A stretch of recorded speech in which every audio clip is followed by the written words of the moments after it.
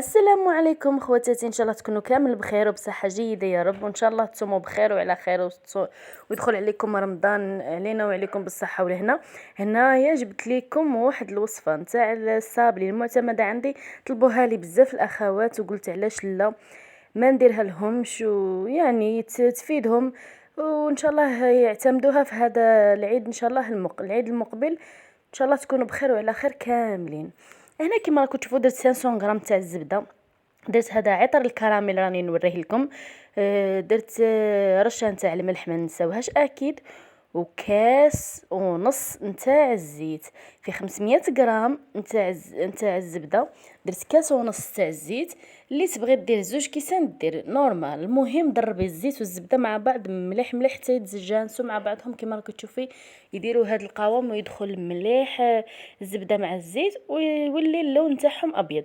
هنايا درنا ندير 2 كيسان نتاع السكر كلاص، 2 كيسان سكر كلاصي، نغربلهم باش ما يقعدوش عندنا هذوك الحبيبات ويقعدوا لنا في الكاطو. المهم هنا نغربل مليح هذاك سكر كلاصي، قلت لكم 2 كيسان. هاد اللي تبغي دير 250 غرام زبده، يعني تنقص الكامل الكميه تقسمها على 2. هنا كاس دير 250 زبده، رشه ملح، كاس تاع الزيت، دير لاغوم ولا لافاني، المهم دير كاس زيت، كاس سكر كلاصي، كاس نشا، المهم هكا تنقص الكميه. هنايا يعني تقسمها على 2. هنايا نعاود ندير هاد بعد ما طلعت معايا هذيك الزبده مع الزيت يعني بياض القوام تاعو، درت هذيك السكر تاني ضربتها مليح. البيض هنا نورمالمون 4 حبات نتاع البيض، بانو هنايا كنت حاطه 3 بعد تفكرت الرابعه ومشيت ضفتها.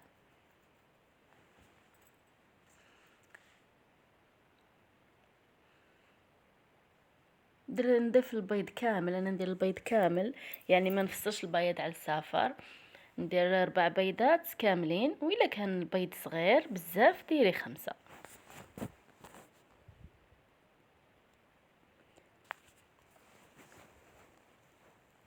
هنايا بعد ما دخل عندنا هذاك البيض نمشيو نجيبوا المايزينا نتاعي وداك الكاكاو، 2 كيسان تاع المايزينا حتى هما نغربلهم، ومن بعد نجيب هذاك الكاكاو اللي هما 2 مغارف كبار نتاع الكاكاو حتى هما نغربلهم مع ديك المايزينا ونديرهم على الخليط نتاعنا نتاع الزبده.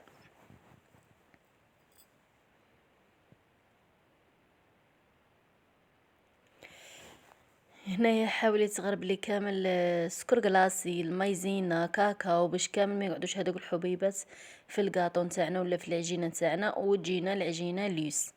هنايا بعد ما تخلطت هذيك المايزينا والكاكاو، درت هنا البنات من الافضل ديروا كاكاو نوار، انا هذا اللي كان متواجد عندي. نديروا 2 ساشيات نتاع خماره كما راكم تشوفوا قبل ما ندير الفرينه. في هذه المرحله ندير ندير الخماره نتاعي قبل ما ندير الفرينه. علاش؟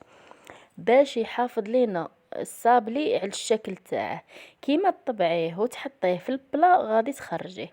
هنايا على بركه الله نبداو تاني كنغربلو الفرينه نتاعي.